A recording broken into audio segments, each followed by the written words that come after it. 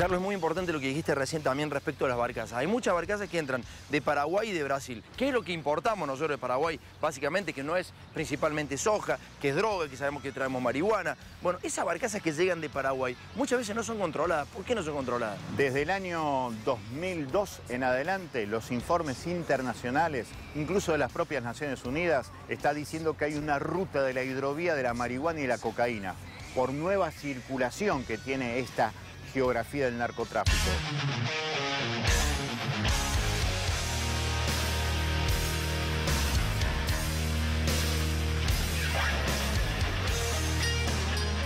Y esas barcazas negras, como por ejemplo lo dicen las entidades gremiales nucleadas en la CGT San Lorenzo, dicen que por esas barcazas negras llega muchísimo cargamento, tanto de marihuana como cocaína. Ahora pues dentro de un mes a 22 ya va a estar la mercadería. Para la Argentina para embarcar directo, con barco. ¿Con barco? Sí, él no quiere definir. Y le meten barco. Sí. Para Argentina. Sí. Entonces va aquí por sur, por Pilar.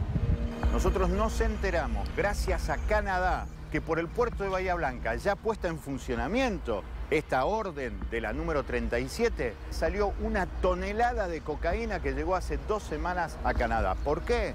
Porque sale y entra lo que quieren de los puertos argentinos. La gente de Senasa decía que acá hay como un casco en Tres Arroyos, una especie de barco que hace el transbordo de las barcazas paraguayas y brasileras a barcos que después se van al extranjero, que no es controlado ese material. No, eso seguro, pero lo que yo creo que eso forma parte de algo que se puede mostrar y puede ser hasta cinematográfico. Pero la cuestión para mí central, cotidiana y concreta es lo que entra y lo que sale de los puertos instalados legalmente. Porque el problema es que justamente los puertos legalmente constituidos tienen una economía en negro. Hay una doble y triple contabilidad de las principales empresas que manejan la riqueza producida por los productores argentinos. Porque ya producto de la corrupción de años que hemos sufrido en nuestro país, muchos se han enriquecido gracias a eso, pero enorme cantidad de argentinos todavía no tienen cloacas, no tienen agua potable, no tienen rutas. Señores, ahí está, ahí estaba lo que te contábamos recién. Arrancamos ya este último bloque. Lo que vas a ver si es tremendo, más o menos lo mismo que pasaba con Carrió, vas a ver de Luis Juez, el ex embajador en Ecuador, pero ya en un ratito vamos a ver eso. Lo que vamos a cerrar es el tema Senasa. Y el tema Senasa cierra de esta manera. No solamente se privatiza Senasa, sino quienes toman el poder son militantes del PRO. Uno de ellos se llama Cristian Cuna. Cristian Cuna fue no nombrado, entró en Senasa y empezó a mandar en el Senasa en julio de 2016. Julio, agosto, septiembre, octubre, noviembre, diciembre, enero de 2017, febrero, marzo, abril. Recién en mayo fue nombrado. Hasta ahí, todo ese tiempo empezó a tomar determinaciones Cristian Cuna, repito, un militante del PRO, con 2 militantes más y 4 miembros de las empresas tomaron el Senasa. Es decir, no hubo concurso, no hubo ni siquiera los tipos que habían accedido por concurso fueron apartados y accedieron estos tipos. Pero hay una cosa más. El Senasa dice que al frente de esa regional puede haber un bioquímico o un ingeniero agrónomo. ¿Sabés qué es Cristian Cuna? Además de militante del PRO, es contador. No tiene nada que hacer en ese lugar. Sin embargo, tomó decisiones durante todos esos meses sin estar nombrado. Meten a militantes en puestos claves para que terminen junto con casualmente a veces ex integrantes de las empresas, generando beneficios. Y todo esto te lo hacen con parte del lobby que ya te mostramos, que tiene que ver a veces con acusar a alguien de corrupto. Pero después, lo vas a ver en este caso y en otros, lo que te muestran es que el privado termina siendo más eficiente. Te lo hicieron muchas veces. Te mostraban hace muchos años que una silla se rompía, o aparecían esto y te decía que los teléfonos no funcionaban. Bueno, todo el tiempo te van haciendo esto. Te muestran que el Estado no funciona, que funcionan los privados, y después terminan este tipo de personas ingresando ahí para generar beneficios para los que tienen que controlar. De esta manera se apoderaron del Senasa, de esta manera se apoderan de las riquezas de la República Argentina, las exportaciones agropecuarias. ¿Está claro? El último informe sobre este tema. Dale.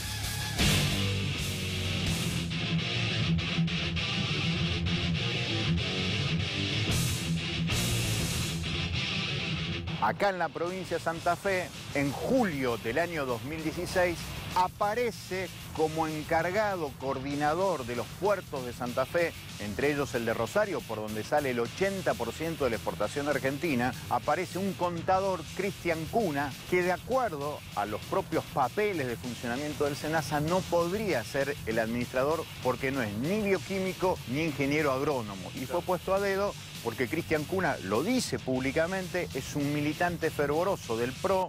Poner esta nueva etapa en marcha en la cual requiere recuperar la carrera pública, los concursos, la transparencia del Estado que se ha perdido. Esto es lo que estamos haciendo. Y hay como un descontrol en el SENASA. Cristian Cuna me dice usted que ingresó con personas. ¿De dónde provienen esas personas con las que ingresa? Bueno, Cristian Cuna primero no tiene ninguna experiencia en la materia, ninguna. Es contador, entró con 7 supervisores que tampoco existen en la estructura orgánica. Él no está en la estructura orgánica. Él entró en agosto del 2016 y estuvo hasta el 1 de mayo nombrado, nadie sabe por qué, porque no figura en la estructura. Claro. Tal es así que tiene un juicio por no estar en la estructura y haber tomado medidas. Tenemos que alejar la figura del Estado de que parezca un aguantadero de la política. El Estado es un lugar donde tiene que convocar a partir del concurso público.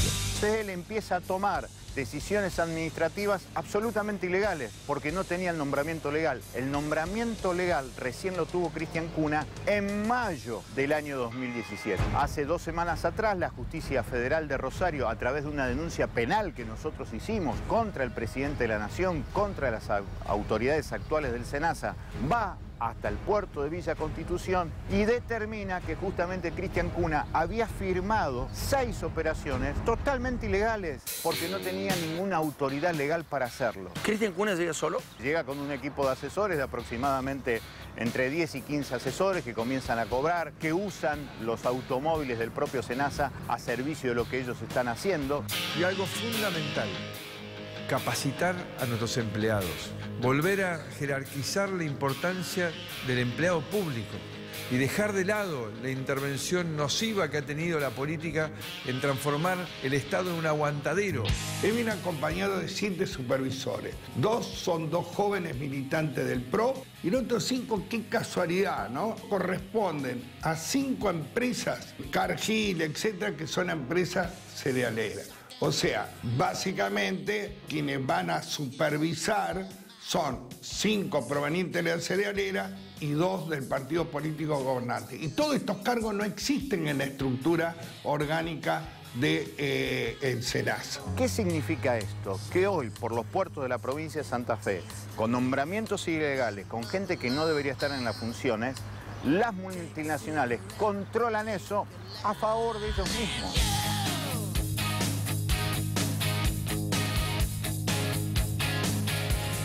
Bueno, señores, ahí se acaba el tema SENASA. Y ahora vamos a entrar en otro tema, que tiene que ver con el embajador, el ex embajador ahora en Ecuador de la República Argentina, Luis Juez. Luis Juez ha pasado por muchas instancias de distintos partidos políticos, pero supo construir en Córdoba verdaderamente un poder, casi lo diría de manera individual, y fue muy buena la actuación de Luis Juez en política en Córdoba, lo digo con total sinceridad, del año 2003 al 2007, pudo de alguna manera oponerse a los partidos tradicionales y generar un tercer espacio que fue muy positivo. El problema es que se lo comió el sistema. Y este es el gran problema de todos los dirigentes políticos de la República Argentina.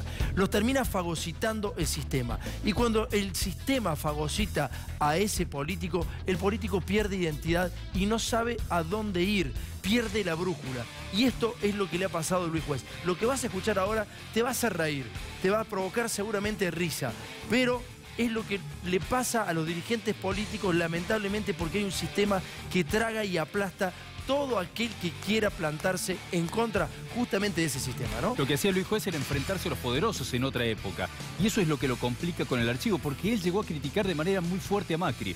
El problema es que después, por cómo funciona la política, el Estado y el armado del poder, se quedó sin espacios. Y después terminó poniéndose cerca de Macri cuando era a quien más había criticado y a quien más había enfrentado, porque lo denunció por corrupción y además lo denunció desde lo ideológico, estaba en otro lugar. Bueno, ahora está junto con el presidente. El problema de Luis Juez no es que solamente le pegaba a Macri, sino que decía la verdad de lo que estaba pasando en los distintos partidos y en el propio sistema. Pero bueno, se lo terminó comiendo justamente eso que te acabamos de decir. Dale.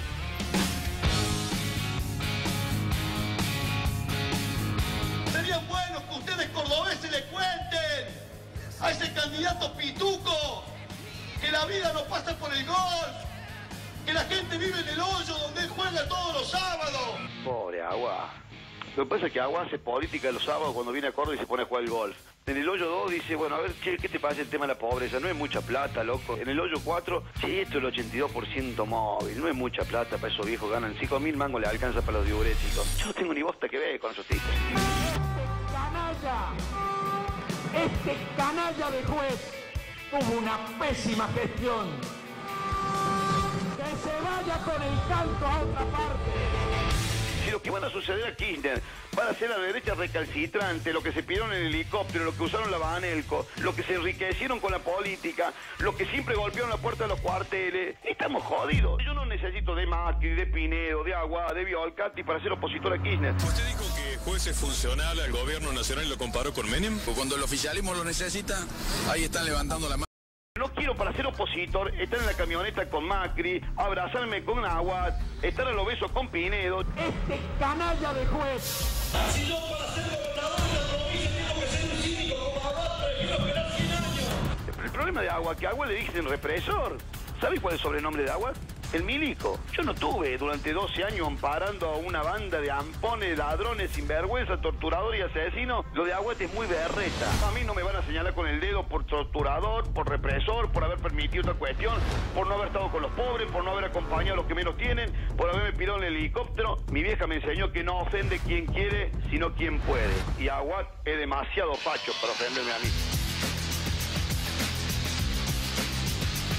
Bueno, ¿por qué lo pusimos a Aguad y a Juez? Porque Oscar Aguad es justamente quien le va a dar un lugarcito a Luis Juez en el Ministerio de Defensa. Se lo están buscando para darle un cargo en el Estado, digamos. Y es por eso que aparecía Aguad. Me pongo a pensar que lo más importante en la política por ahí es la palabra. Y el problema es que, repito, no es el problema de Juez. Para mí Luis Juez fue un dirigente político muy importante. De hecho, lo es. El problema es que el sistema lo terminó comiendo, ¿no? Claro, lo terminó comiendo. Y lo que te contaba Juez tiene que ver con que en un momento, quien ahora está a cargo de defensa, Oscar Aguad, defendió a torturadores en los 90, a tipos que cometieron crímenes en la dictadura. Bueno, Aguad los terminó defendiendo. Ahora, lamentablemente, pueden llegar a tener que laburar juntos y estar muy cerca y hasta compartiendo algún mate. Toma un poquito de Miguel ahí, así le mostramos la cheta del Nordelta que nosotros tomamos mate. Vos sos de San José La Dormida. Este tipo es de un pueblo muy chiquito de Córdoba y ahora se hace que no toma mate porque vive en Capital Federal. Pero... No tomo mate y tomo mate en reposera. La cheta no creo que nos quiera. En el pueblo Miguel se muere la cheta del Nordelta. Dale, vamos. Pues si yo soy así, ¿qué carajo tengo que hacer para que ustedes se den cuenta que yo soy así? Soy franco, soy sincero. Me alegra que Aguad me ofenda, pero no me van a tapar la jeta ningún democrático con uniforme verde oliva. A los radicales que sigan los ejemplos de sus próceres, no de los delincuentes que quebraron el radicalismo. Que se pongan furiosos de bronca cuando hablen de Aguad. Y los pescados lo votan a Aguad, está claro. Aguad es un conservador vinculado a los sectores más complicados de la provincia de Córdoba. Aguad es un hombre que le gustan los negocios, cerró escuela, destruyó la salud. Es coherente que Macri esté con Aguad en Córdoba. Con nosotros es un acto de incoherencia que no lo podemos explicar. Yo a Macri no tengo ninguna posibilidad de votar, no comulgo. Usted dice que Macri es por lo menos ingenuo. No digo que un boludo, ojalá fuera ingenuo. Macri no me arrima nada, no me acerca nada, no tengo ninguna coincidencia personal, ética, ideológica. Macri es un inútil. Estamos en las antípodas de aquellos que han hecho de la política un negocio, así que está claro que nosotros con Macri no podemos ir ni siquiera a la agencia de votos. En este país, cuando se juntaron por el espanto, después tenés que gobernar. ¿Qué pasó en la Argentina cuando el espanto se diluyó? Le metimos la mano a los jubilados, le metimos la mano a los docentes, nos quedamos con el ahorro de los argentinos. Cuando la gente salió a protestar, le dimos para que tengan... A los 54 años suena ridículo que yo te tenga que contar siempre quién soy yo y ustedes siempre buscando un juez distinto.